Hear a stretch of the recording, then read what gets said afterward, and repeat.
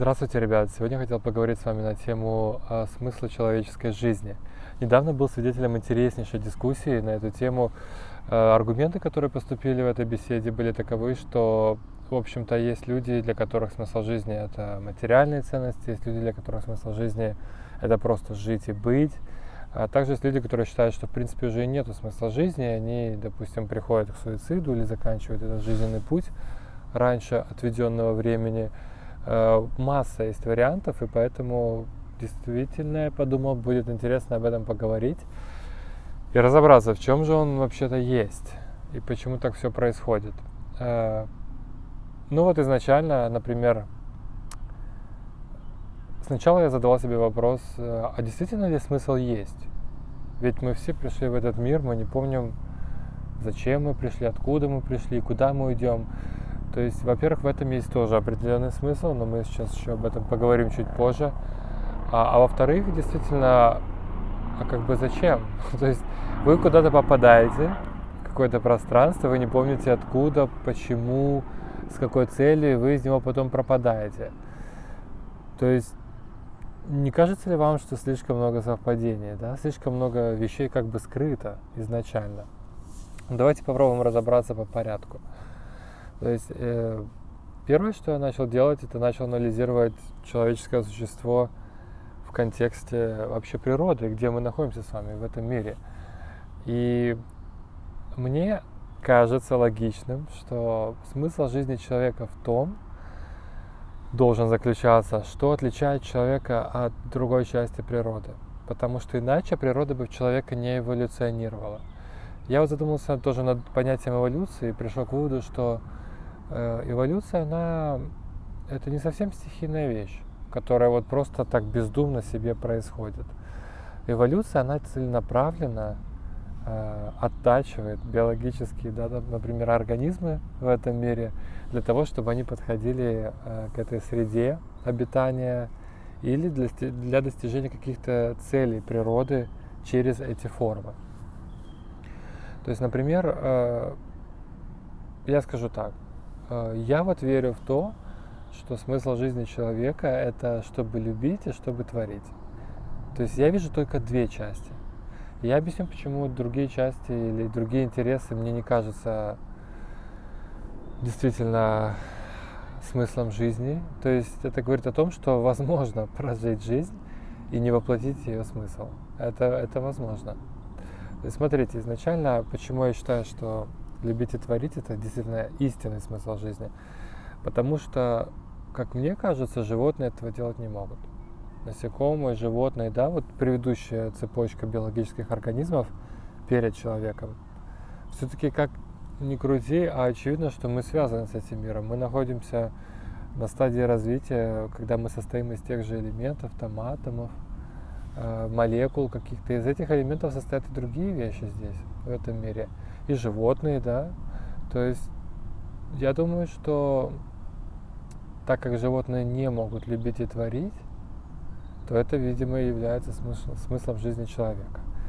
А все остальное, вот существовать, быть, там, добывать пропитание, строить убежище, создавать семьи, даже быть в парах, все это уже в животном мире бывает.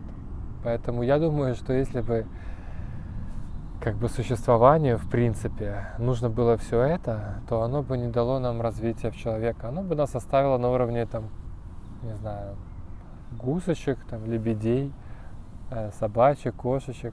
И мы вполне могли бы существованию все это давать. То есть я это вижу как следующий момент. Я вижу это как вот есть само понятие существования, и оно находится в каком-то определенном вакууме. И это понятие через нас себя познает. То есть оно в нас вырастает словно в разных формах.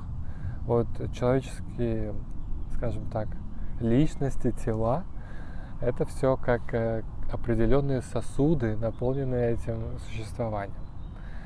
И оно в них как бы прорастает. Знаете, вот как почки на деревьях там прорастают в листья. Вот так, скажем так, жизнь и существование прорастает в человеческие формы, которые мы называем людьми. В этих формах жизнь, она сама себя познает через взаимодействие. То есть это, наверное, нам, как людям, сложно почувствовать, что на самом деле в нас живет энергия, которая пришла из единого источника. И я более чем уверен, что эта энергия, если она возвращается, то она возвращается к этому единому источнику. Потому что, судя по всему, ничего большего нету. Но человеку это сложно понять хотя бы потому, что мы ведь как будто специально не помним, почему мы сюда пришли, зачем, откуда и куда мы идем. И я подумал над тем, что это именно специально для этого и сделано. То есть в этом есть смысл. Смотрите, вот если бы вы были существованием в вакууме, в каком-то пространстве, вот как вообще понять, что вы есть? Ну вот представьте, что ничего больше вокруг нет. Вы же не можете даже осознать, есть ли вы или вас нет. То есть вы всегда относительно чего-то это понимаете, да? Вот что-то движется, что-то увидели, что-то промелькнуло. А если вот полностью темнота, вы же не через многое время в этой темноте, например, ничего больше не видя, наверняка начнут закрадываться сомнения, а есть ли вы вообще. Я бы такой эксперимент не рекомендовал ставить, но по моим ощущениям это вот так и происходит.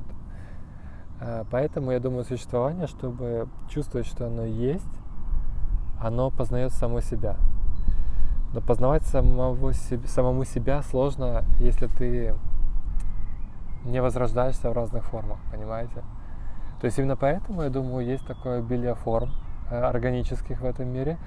Ну и я верю в то, что само сознание, конечно же, и существование на высшем их уровне, они сплетены в человеческих телах и человеческих душах, как сосудах бытия.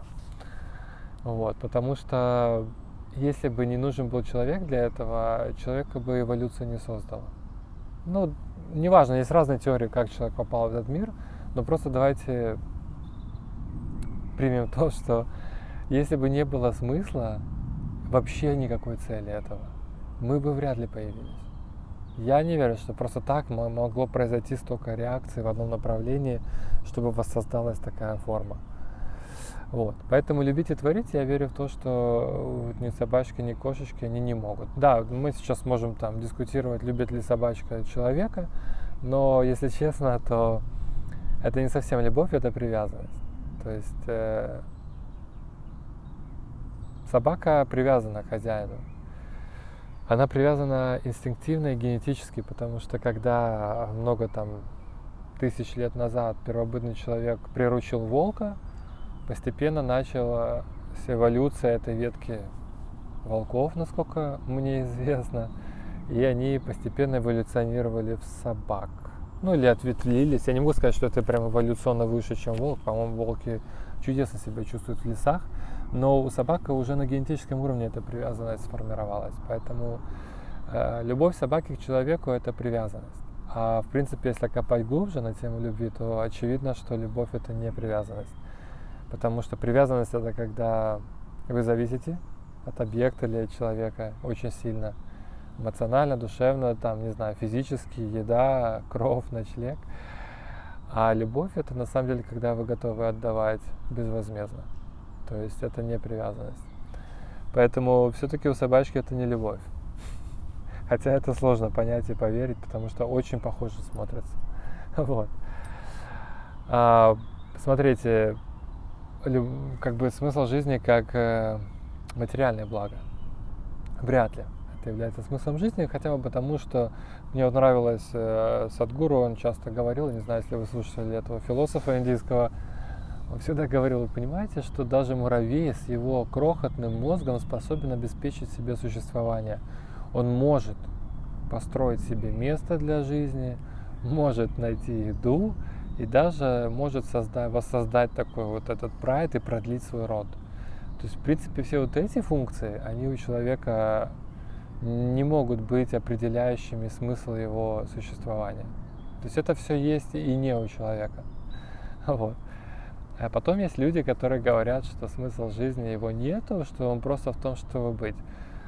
тоже мне сложно с этим согласиться, потому что если бы это было так, ну вот не было бы людей, деревья только были, например. Вот они просто есть для нас. Опять-таки, мы же не знаем, может в мире деревьев там у них бурная жизнь идет, как бы общение, но для нас они вот просто есть. Вот мне кажется, что мы для этого мира бы тоже вряд ли нуждались, просто вот камешками были бы на берегу моря. Ну, мы просто есть. Вот. Поэтому просто быть — это тоже не смысл жизни. Любить — это круто. Я думаю, что тот, кто познавал настоящую любовь, когда ты готов вот все отдавать, и просто человек есть, и тебе просто хорошо, вот именно такая искренняя любовь, он не раз, наверное, себе говорил в эти моменты, что, блин, как хорошо, что я живу. Вот вы вдумайтесь, да, вот те моменты в вашей жизни, когда вы благодарите жизнь за то, что вы есть. Такие моменты есть разные, я согласен с вами. То есть они не только относятся прям к смыслам жизни. Бывает там что-то получилось, что-то очень классное, просто классное настроение, и вы уже благодарите судьбу за то, что вы есть. Вот. Но тем не менее это не является смыслом, почему существование влилось в вас в форме человека на эти, я не знаю, 70-100 лет. Вот. Плюс вы должны понять, что действительно вы можете так пробыть жизнь и не воплотить ни одну из этих целей существования, там, и не полюбить, быть может, и может и не сотворить ничего. Вот. По поводу творить, это очень интересный момент. То есть творить, я имею в виду, там не дом построить, где ты живешь, вот инстинктивно, да, там крышу, чтобы дождь не капал, тепло, чтобы было.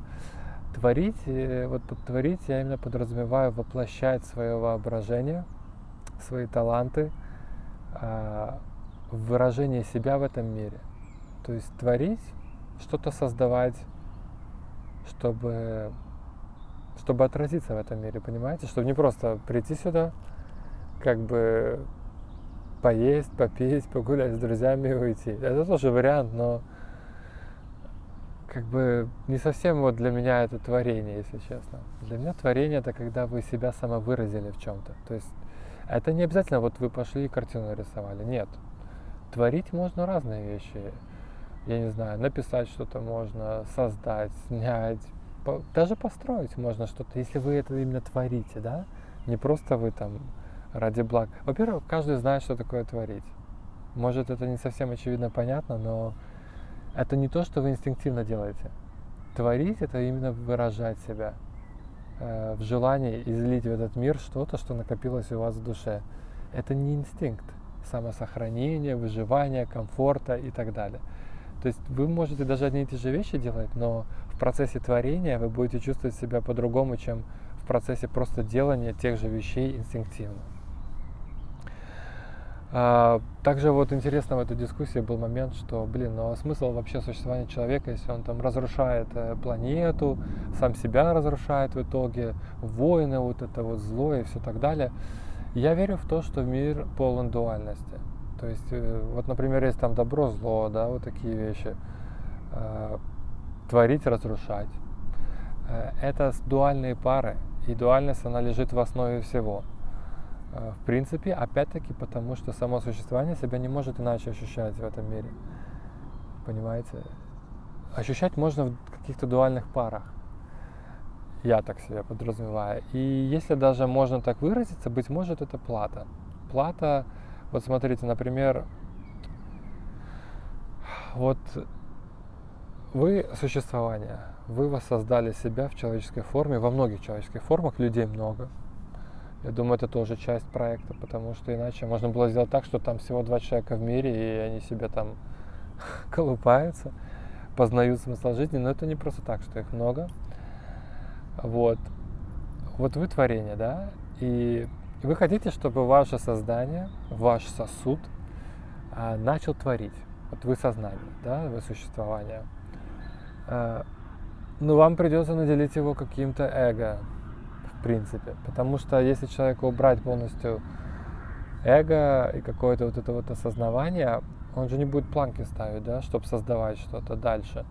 Творить, это тоже творение, оно, как оказалось, частично какой-то даже случай эгоцентризма очень часто. То есть это, я думаю, вот эгоизм, который является причиной многих человеческих бед и, ну, вот войн в том числе, да, каких-то каких-то там неверных явно исторических решений, это все-таки плата, я думаю, за творение, за возможность творить. То есть, видимо, было сложно сделать формы так, чтобы они творили в этом мире абсолютно без эго или без эгоцентризма. То есть, видимо, было сложно их мотивировать автоматически. Ведь эго — это мотиватор, это как топливо в вашей жизни. Эгоцентризм не является хорошей вещью, он, скорее всего, строит вокруг вас стены. Но как топливо, вы же понимаете, его можно использовать по-разному, да?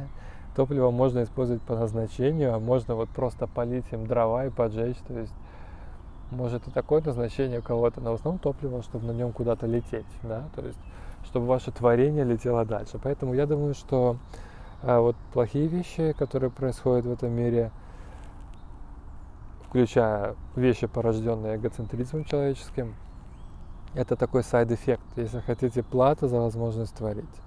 Видимо, одно без другого существовать не могло. Также с любовью. Вы понимаете, что это, конечно, очень круто, и мы можем представить себе мир, где все друг друга любят, безвозмездно, безвозвратно, от всей души.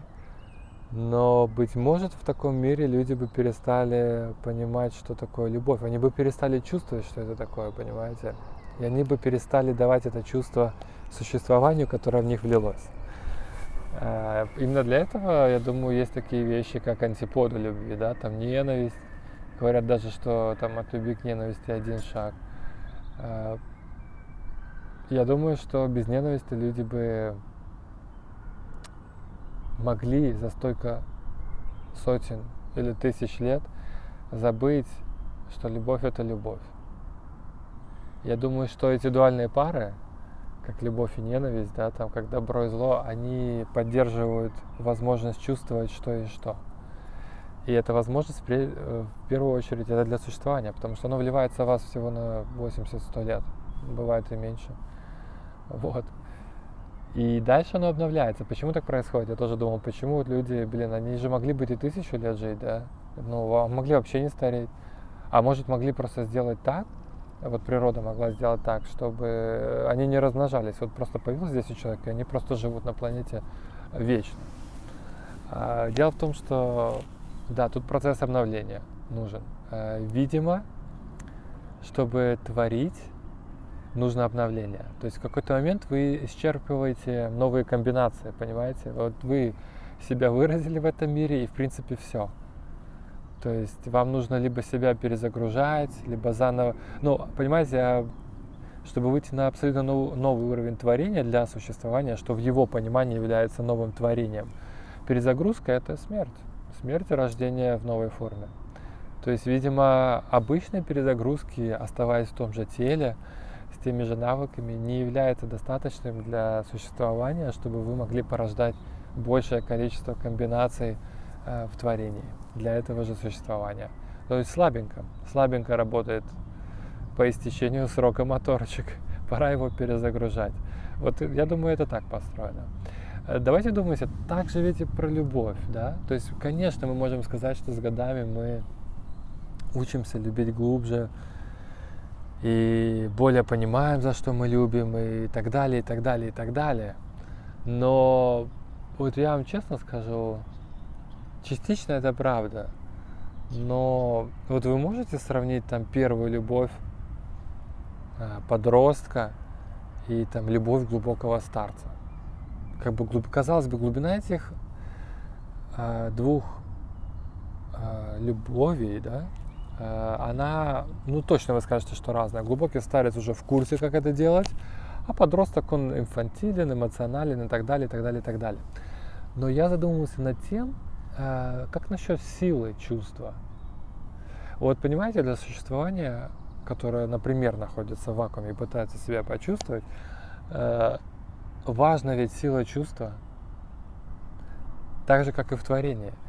Вы с годами приедаетесь, когда вы творите одно и то же, притупляется чувство, что вы создаете что-то уникальное. В любви ведь поначалу чувства очень сильные, они очень новые. Они настолько гиперболизированы, вот как будто вы одеваете 3D очки, и вместо 2D вы погружаетесь в 3D мир. Я думаю, что перезагрузка человеческого сосуда происходит существованием в том числе для того, чтобы новые и новые генерации, поколения человеческих сосудов существования могли не терять силу чувства, любви и творения. Потому что все же я верю в то, что сила чувства любви в подростковом возрасте, она очень сильная. Она очень сильная, эмоционально сильная, она новая, у человека очень много энергии. Но это именно то, что существование ищет. Поэтому в итоге механизм построен так, этой жизни, что жизнь себя обновляет. Она освобождается от сосудов отработанных, или сосудов реализованных, или нереализованных. Срок годности вышел, вы понимаете, да? Вот стоит у вас пачка молока, все, вы смотрите, дата уже вышла, даже если там молоко не выпито, не вылилось, оно не реализовалось, вы выбросите это молоко и купите новую пачку. Почему думаете, что существование должно делать иначе? Оно так же делает. Вы вполне можете прожить жизнь и ничего в этой жизни не создать, не сотворить и не познать любовь. Ну и вот как пакет молока отправиться в небытие, дабы воссоздаться вновь в новой форме. Вот, поэтому давайте немножечко подытожим. По моему мнению, смысл жизни, чтобы любить и творить. Любовь мы не путаем с привязанностями, с зависимостями и так далее. Любовь искренняя, когда вы полны какого-то счастья, которое вы хотите передать другому субъекту, объекту, человеку в полной мере. Безвозмездно, без ожидания чего-то назад. Вот это истинная любовь.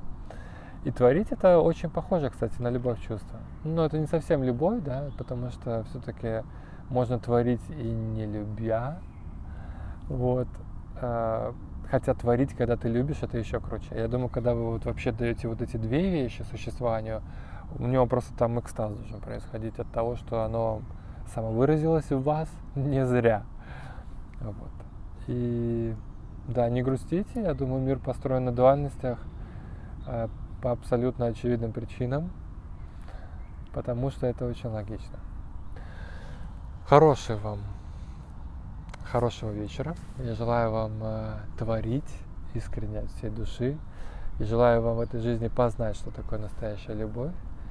И даже если это все не будет к вам приходить легко, или когда вы этого ожидаете, это не важно. Просто помните о том, что когда-нибудь, потеряв смысл жизни, или впав в глубокую депрессию, или совсем запутавшись в том, зачем вы в этом мире живете, не пора ли прекратить ваш путь раньше времени, вы просто вспомните о том, что есть причина, по которой существование в вас влилось на этот отведенный жизнью вами срок.